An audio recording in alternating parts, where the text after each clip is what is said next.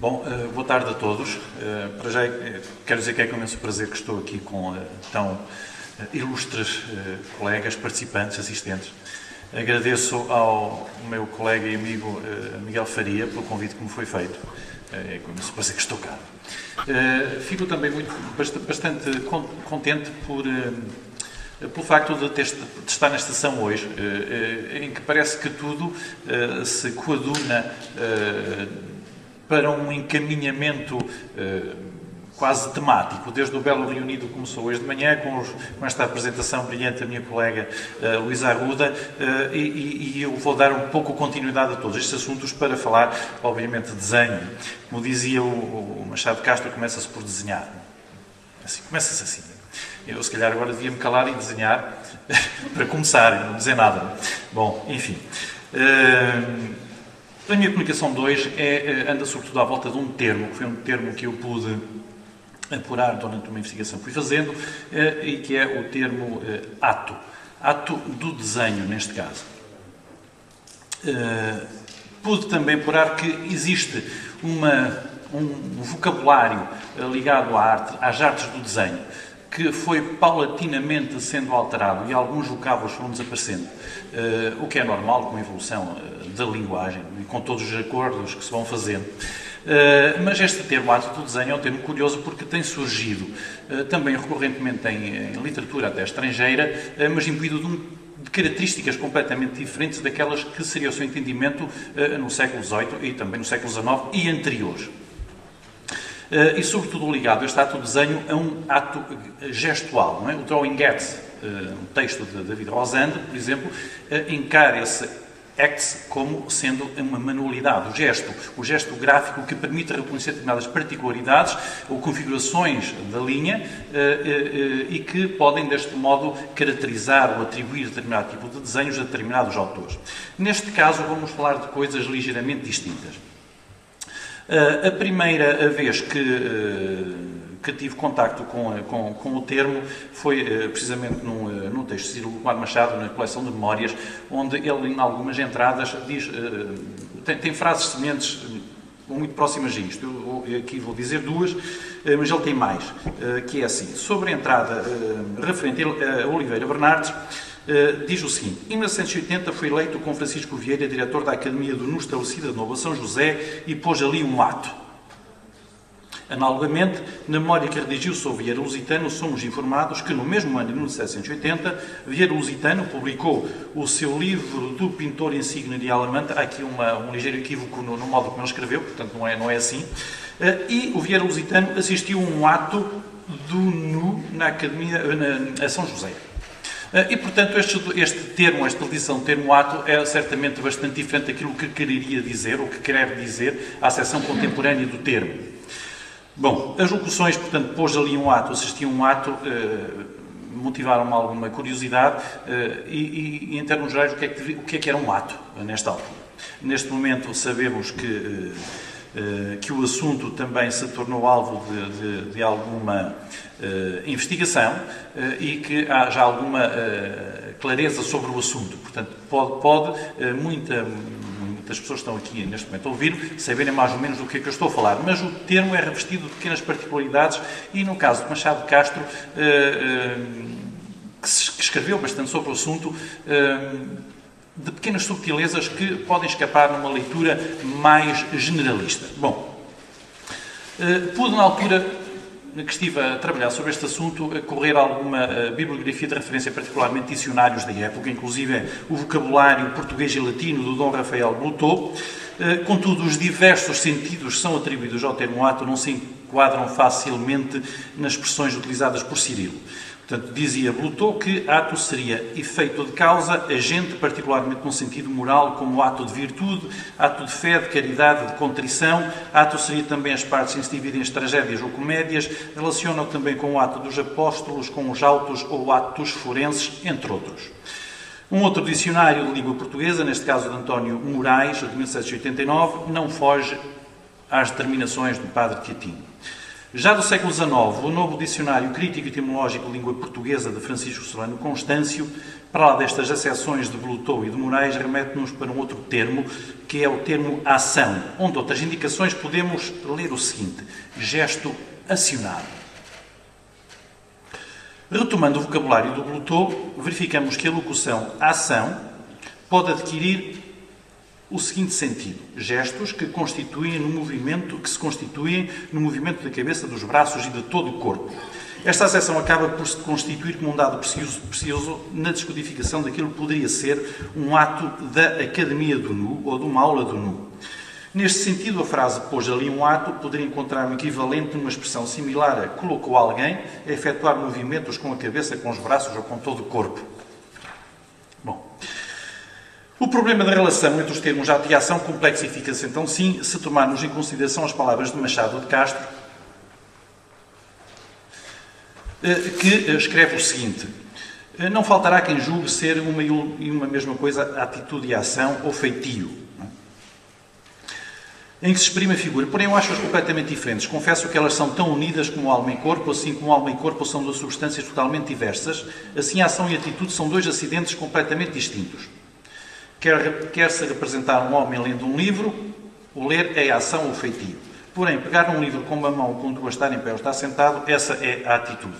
Portanto, há já aqui uma ligeira diferença entre aquilo que poderá ser uma abordagem generalizada do que poderá ser o ato. Bom, podemos depreender das palavras de Machado de Castro que o termo ação é, em síntese, o tema ou sujeito da própria ação.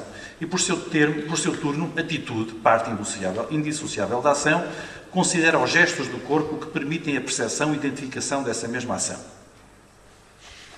Machado de Castro parece fazer eco das palavras, ou num dos primeiros vocabulários, se não o primeiro que eu conheço, sobre terminologia ligada às artes do desenho, que é o vocabulário do Filippo Baldinucci, que diz precisamente o seguinte: attitudine, ou ato, é o gesto que faz a figura, gesto de estar sentado, de se levantar ou outros movimentos de qualquer modo. Temos então aqui uma relação absoluta estabelecida entre aquilo que será a locução attitudine, ou atitude, e o termo ação, neste caso também com significado estabelecido pelo Machado de Castro. Ora, Filippo Baldinucci elucida-nos, portanto, acerca dos sentidos das expressões utilizadas por Cirilo. Na perspectiva de Baldinucci, a atitude tem o mesmo valor semântico que ato. Publicado postumamente, o Dicionário Razoado ou Filosófico de alguns termos técnicos pertencentes à bela arte da escultura e seus utensílios, é uma obra singular até no nosso panorama, porque é aquele, pelo menos é o que eu conheço, o primeiro dicionário à imagem do Baldinucci dedicado às artes do desenho, editado, neste caso, feito por um português. E que procura estabelecer também categorias e definições e alonga-se em explicações diversas, explicando diversos termos, sobretudo ligados à escultura. É também sobre um prisma de sapiência análogo ao de Baldinucci que Machado de Castro se debruça sobre os termos que temos vindo a indagar. Sobre o vocábulo ação, Machado de Castro transcreve no dicionário aquilo que já tinha referido nas palavras da descrição analítica da execução da Real Estátua Equestre, salientando uma vez mais as particularidades da locução atitude. A inserção de entrada ato no dicionário salienta a importância enquanto palavra com uma acessão particular no domínio artístico.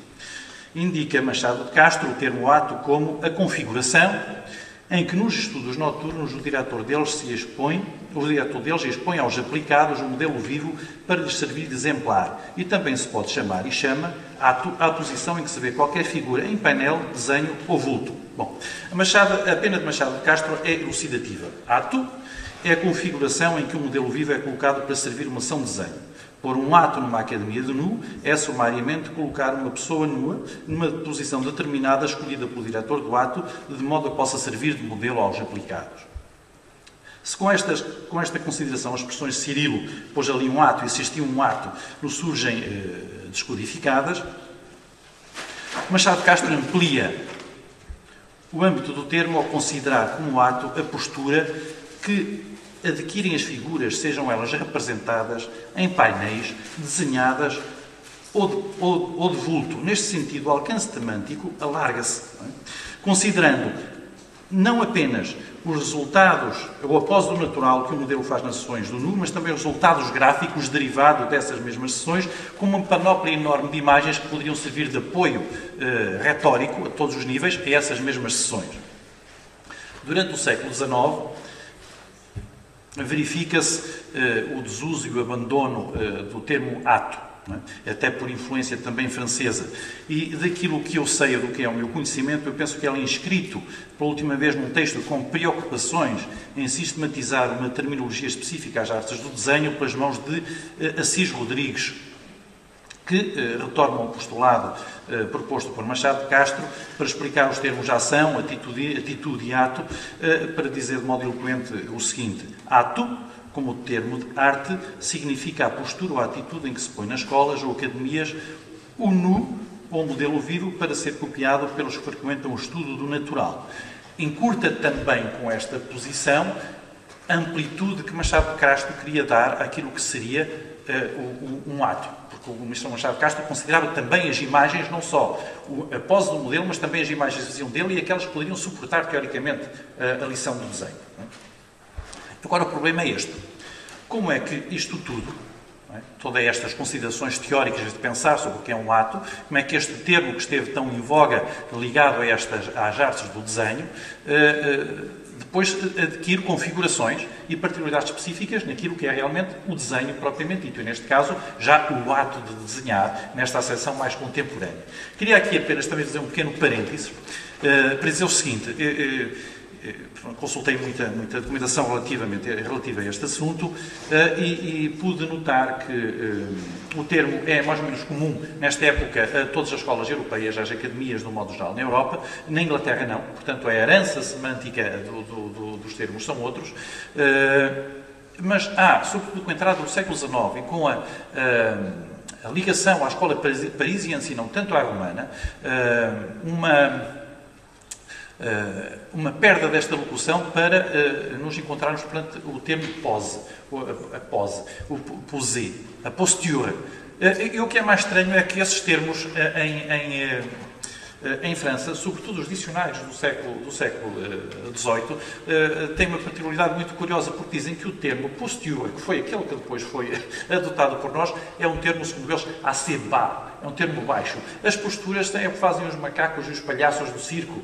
Portanto, os atos são as coisas dignas das pessoas. Ato é aquilo que é digno da grande ópera, é das tragédias, das comédias. A pessoa aí sim está a fazer um ato. A postura é um termo baixo. E, curiosamente, foi o termo que sobreveio depois cá em Portugal, e de um modo geral, e o termo ato, enquanto significado específico daquilo que é a pose, perdeu-se. O estatuto elevado perdeu-se neste sentido. Curiosamente, se vocês, conhecerem um pouco de alemão, eu não conheço o suficiente, mas conheço o suficiente para saber isto, que se forem a um museu ou a uma galeria alemã e que tenham um nu, eles têm escrito por baixo, Act. Portanto, eles mantiveram a locução, que é uma coisa espantosa, que se perdeu, de um modo geral, no resto da Europa. Bom, este termo existe numa panóplia enorme, numa diversidade muito grande de regulamentos, de textos, de cartas, de manuscritos, um pouco por toda a Europa. O problema agora é como é que isto se punha tudo em prática, não é? O que é que era depois realmente um nu? E então eu pedia para passarem esta imagem. A qualidade da imagem não é muito boa, eu não consegui uma imagem melhor do que esta. Peço também, claro, Luís Arruda, perdão pela fraca qualidade de algumas imagens. Então, em 24 de dezembro de 1787, inicia-se um ciclo na aula do Castelo. Indica Cirilo que a sessão solene em honra de Dona Maria foi celebrada na mesma casa, portanto, o texto já vem de continuação, diante da nobreza e da corte. E Joaquim Machado de Castro pronunciou de tarde o discurso sobre as atualidades do desenho, que corre impresso, e à noite, portanto, à noite, pôs o grupo que foi também desenhado por alguns fidalgos. Considere-se o seguinte excerto do prólogo ao discurso sobre as atividades do desenho pronunciado por Machado de Castro na abertura do castelo já referida. Remediei, como me foi possível, aos meus limitados talentos, fazendo aos artistas aquela fala alusiva ao grupo de figuras vivas que haviam de servir, e com efeito serviram, ao ato de desenhar, cuja composição ideei destinada a celebrar o fausto aniversário natalício da nossa amabilíssima soberana. Se atentarmos, eu agora não vou ler na descrição iconográfica elaborada por Machado de Castro e na correspondente imagem que se refere ao ato de desenhar, somos induzidos, certamente, eu pelo menos penso que sim, na convicção que o grupo de figuras vivas, como ele diz, que haviam de servir e como serviram ao ato de desenhar, e como o próprio Cirilo diz que à noite se pôs o grupo, não seriam provavelmente, pelo menos na sua totalidade, modelos do natural. Para lá do complexo aparato iconográfico necessário, do invulgar número de indivíduos que teria de se prestar ao ato, notamos a presença simultânea de um modelo masculino, de 3 crianças e de um elemento do sexo feminino. O que não seria muito viável, não? Senão impossível mesmo. Aliás, eu não tenho notícia de nenhum desenho, e pude consultar bastantes artigos, de um modelo nu feminino que não tenha sido eventualmente desenhado a partir de estampa. Aliás, há um dado até curioso que existe na Academia de São Lucas, em que o Mengs, que queria fazer um desenho do nu natural do modelo feminino, portanto, e escreveu ao Papa a pedir uma autorização para o poder fazer. E o Papa diz-lhe assim, sem mais nem menos: bom, está bem, porque é o Mengs, mas tem que ser a sua mulher. Portanto, não havia aqui espaço para licenciosidades. Portanto, teve que se confinar, veja lá como é que se porta, não é? Portanto, esta questão do nu feminino, ainda por cima, em grupo e com homens, é uma questão complexa. Portanto, eu sou de clara opinião que as coisas não terão sido como são descritas ou como o Machado de Castro diz e como o próprio Cirilo diz. Bom, neste sentido, devemos equacionar como hipótese viável o facto de ter sido a própria estampa também a servir como modelo a desenhar. Não tenho provas para isso, mas não me espanta nada que a estampa tenha sido modelo a desenhar. Porém, a presença de 1 ou 2 modelos vivos masculinos é viável. Daí as palavras de Cirilo, que indicam que após o discurso realmente se pôs o grupo que foi também desenhado por alguns fidalgos. Os atos, os desenhos do nu, neste caso, com a participação de 2 indivíduos, também não são muito vulgares. Refira-se, todavia, que aqui o Museu Nacional de Arte Antiga dispõe de alguns exemplares de desenho que certificam a presença de 2 modelos nas sessões de desenho do natural.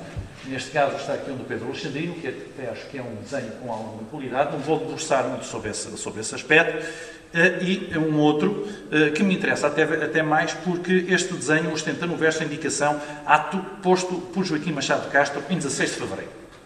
E, portanto, temos aqui um desenho que terá sido posto para os aplicados de Machado de Castro poderem desenhar.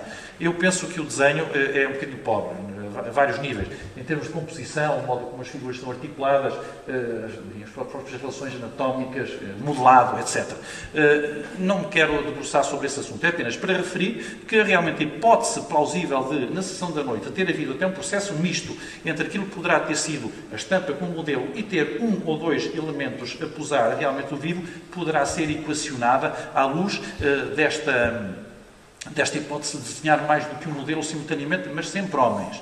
É neste sentido que muitas despesas de pagamento que eu pude consultar e que se fizeram um pouco por cá, nas diversas escolas do nu que foi havendo, as situações são deste género. Pago a 2 homens que servem de modelo na Academia do Nu, 6 dias a 160 reis. Pago feito a 2 homens que servem, pago a 160 reis. Ou de novo, e assim sucessivamente. E, portanto, há um certo rolar de pagamentos a 2 homens.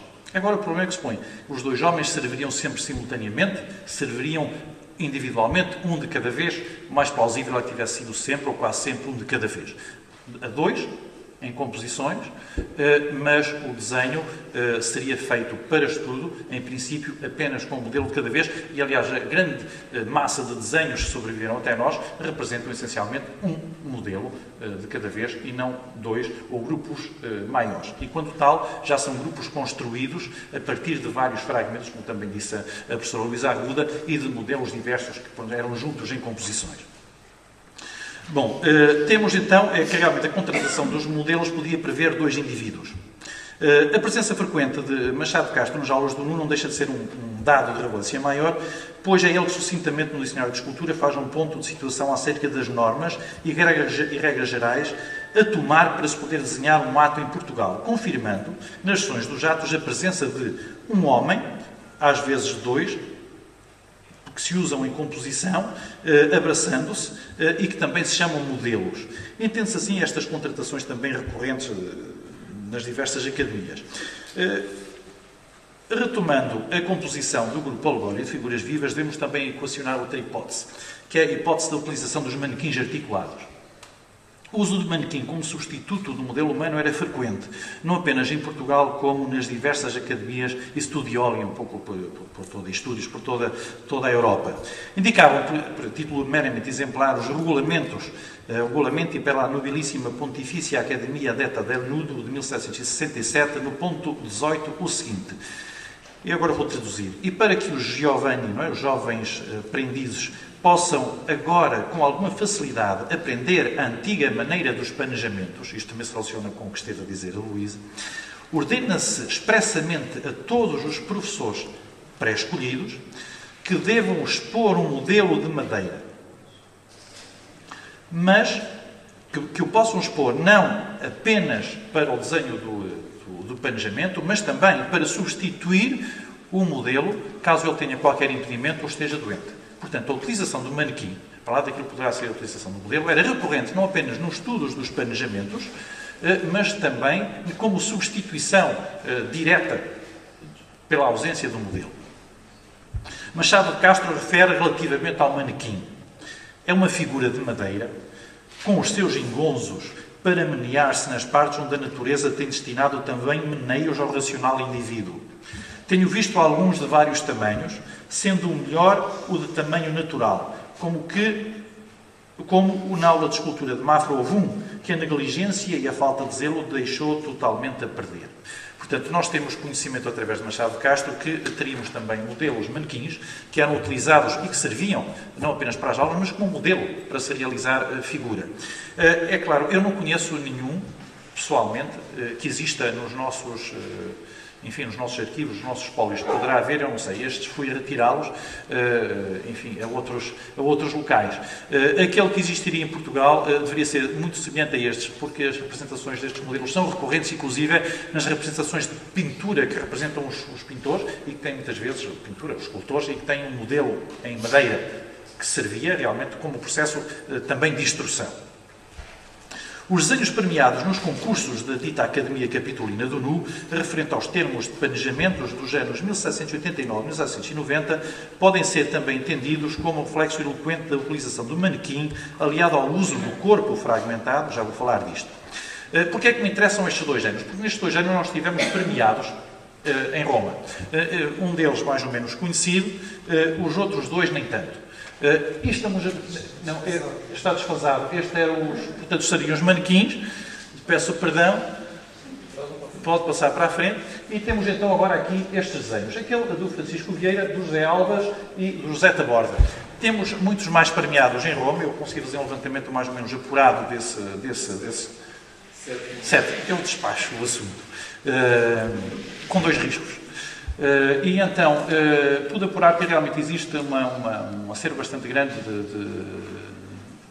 de portugueses que estiveram em Roma e que foram premiados em concursos dos mais diversos. Estes aqui são de planejamento. E isto interessa-me porque é relacionado com aquilo que poderá ser a tal estampa do Machado de Castro. Porque realmente estes desenhos eram feitos a partir de manequim. Estes são os premiados portugueses, mas se virmos os premiados todos desta sessão, não faz muito sentido. Porque nós temos, se isto fossem modelos a partir do real, temos uma senhora, temos um velho, temos uma pessoa mais ou menos jovem, temos outra senhora, as mãos não são não são a mesma coisa, a posição dos pés realmente são mais ou menos parecidas, mas uns estão calçados, outros não. Isto é, não bate certo. O planejamento é o mesmo, mas aquilo que depois será a representação particular do corpo não existe. Ou seja, aquilo que se fazia era realmente a posição do manequim, que era coberta com planejamento, e depois legava-se ao estudante, portanto ao jovem que estava, neste caso, a concurso, que pudesse, a partir daquilo que era o seu conhecimento e do aprendizado clássico enraizado na cópia de estampas, poder usar os modelos e os protótipos, sobretudo herdados até dos Carracci, utilizá-los como forma de complementar um manequim que realmente não teria as particularidades que interessariam por estes desenhos. E é por isso que, por exemplo, num outro concurso, nós vemos realmente essas diferenças todas, sobretudo no que respeita às cabeças e aos pés. Uns poderão eventualmente estar sobre com suportes, outros não estão. Mas o planejamento realmente é o mesmo, porque realmente estava a desenhar, era o planejamento por cima de um manequim. Naturalmente que todo este magistério, o magistério do ensino do nu, previa a eleição de responsáveis pelo ato. Recordemos-nos também da posição de Pedro Alexandrino, que propunha para a aula do nu de Cirilo um diretor por cada mês do ano, e que este fosse o responsável pela aula. Segundo Machado de Castro, e voltando também ao seu dicionário, estes diretores eram eleitos a votos, e a escolha que eles se faz já lhe confere um ar de reputação e estima entre os professores e aplicados. Era definido que para o diretor do ato, que era diretor do ato, aquele que entre os professores que assistem aos exercícios noturnos, os se chamem académicos, deve presidir um artista dos mais avançados, em sabedoria prática e teórica, para dar ao homem vivo aquela atitude que lhe parece mais conveniente para o estudo, que pelo natural se vai pôr em prática e que por esta causa o dito artista, nesta ocasião, se denomina diretor do ato, visto chamar-se ao ato o aspecto em que fica o homem vivo. E, de novo, temos a relação com a locução e com o termo ato. Eu não vou alongar muito mais, tenho o tempo contado. Sei e sabemos, até de investigações diversas e também da Luísa Arruda, que ela mostrou precisamente esta imagem, eu, propositadamente também a vou mostrar, podia ter parado, para realçar que todo este magistério da aula do nu era realmente complementado com grande informação. Esta grande informação era também informação relacionada com a estampa e com a estampa de anatomia, a ausência e quase proibição de observação de cadáveres em direto. Nós temos alguns decretos, eu pude ler, que não permitiam, até no reinado de Ana Maria, não permitiam mesmo o acesso a cadáveres. E dizia, inclusive, um dos decretos que eu pude ler, que teria que se praticar a medicina em manequins, em bonecos. E, portanto, estão a ver o que é que depois deveria ser a cura do paciente, não é? Uma coisa complexa. E agora, queria também fazer aqui uma breve referência à professora Luísa Arruda, num trabalho que fez sobre o Cirilo Machado, onde dá também a conhecer uns desenhos que têm mais ou menos esta tipologia, são desenhos relacionados com estudos de anatomia, neste caso osteologia e biologia, onde o Cirilo Machado inscreve por baixo atomeu. Mas o desenho é um desenho de biologia. São desenhos de músculos, que por baixo alguns têm realmente ossos, e se conseguem ver.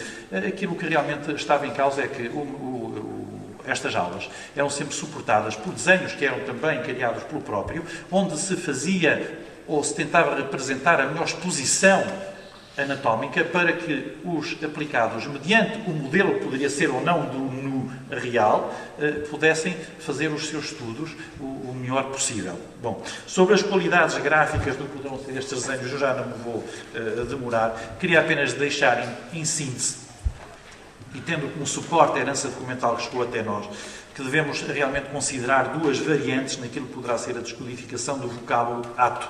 A que pondera o ato, que é aquela que é mais comum, apenas como exposição e colocação de um modelo natural para servir de estudo numa academia, e uma segunda de âmbito mais vasto, que considera ainda as representações decorrentes dessas sessões de desenho em um agregado de imagens de natureza diversa que teriam como finalidade primeva a instrução visual dos aplicados.